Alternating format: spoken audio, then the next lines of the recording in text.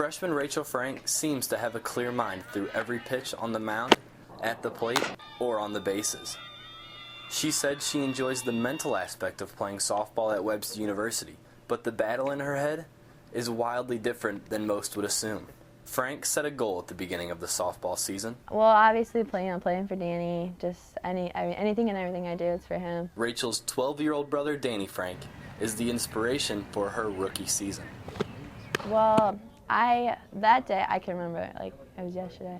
My dad came home and he told us, and I didn't think it would be cancerous. My heart sunk, and then it hit me, and I wasn't there, but like, he was such a tough kid. Like, Peggy Franck noticed a difference about her son in the spring of 2012. He started complaining of headaches, but he had just gotten a retainer, and he was wrestling. You just don't think, but then he kind of started getting a little bit different. A bump formed on the side of Danny's head.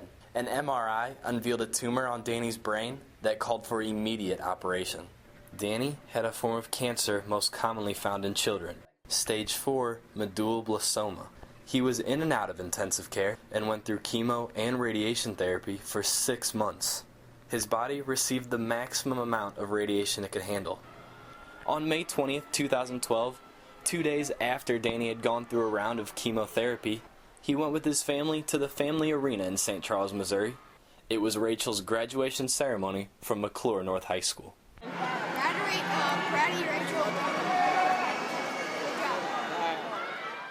From the get-go, they were pretty much like, this is, pretty bad. This is stage 4, and, never did they say, he's going to die. Never did they say, but it's an aggressive, stage 4, very aggressive form of cancer. Danny was known as Moose by family and close friends. Peggy Franck said her youngest of 3 sons was bigger and stronger than many of his peers. One of Rachel's softball coaches called Danny a moose because of his toughness. He never ever let on or acted like he knew that it was as bad as it really was. But, you just think he's going to get better. You just think it's, going to get cured and he's going to get better. But At the age of 12, Danny Franck died on February 27th, 2013. An hour after he died, we were going somewhere, and Don't You Worry Child comes on, and I'm like, oh, Don't you worry, child. She had a plan for you. He was my go-to man. He was always with me, and we always did stuff together.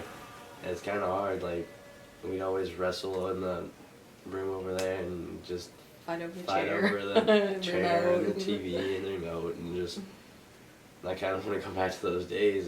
March 9th, 2013 was Honorary Danny Franck Day in Florissant, and as Webster prepared for their game in Kissimmee, Florida, Rachel was focused on making her way back home for a trivia night in honor of Danny's day. Rachel was not expecting to pitch that day, but after a schedule change, Coach Chris Eaton put the ball in her hand.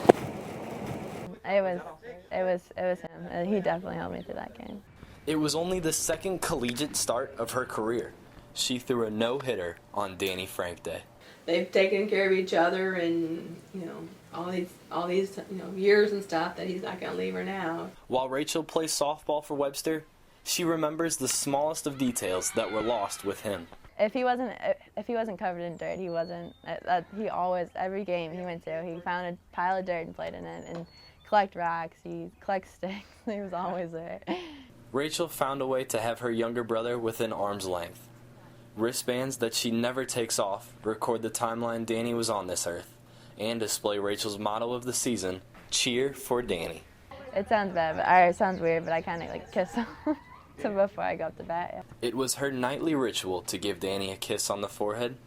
She said it keeps her focused on playing the game in the best way she can for Danny. She gets the strength from him too. Just knowing that if he went through all he had to go through, then she can get through what she needs to get through to do what she needs to do. The motivation Rachel received from Danny has even inspired some of her teammates. If you didn't know her, you would have no idea something like this would have happened. She acts like nothing has ever happened, but he's still always in the back of her head. It's so crazy. It's such an inspiration to see her play that way. Peggy Franck said she knew Danny couldn't stand being constrained in a hospital room. He was able to spend one of the last weeks of his life in his home, Make-A-Wish Foundation delivered the 12-year-old's dream couch and a brand new flat screen so he could enjoy his favorite show, Duck Dynasty. He imitates sight pretty good. Danny's family bought him an iPad, which he loved to listen to his music on. Peggy Franck said she often heard him singing and would wait around the corner of his room just to listen to him.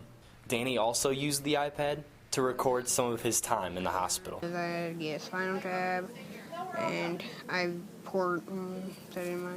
Did Dad leave already, buddy? Yeah.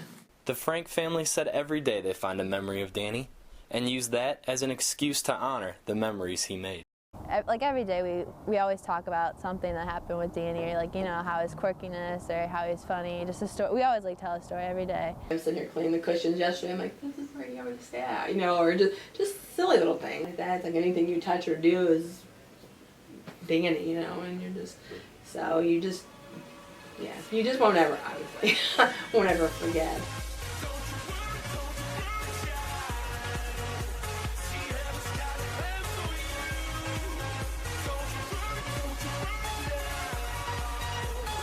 For the Webster Journal, I'm Sam Masterson.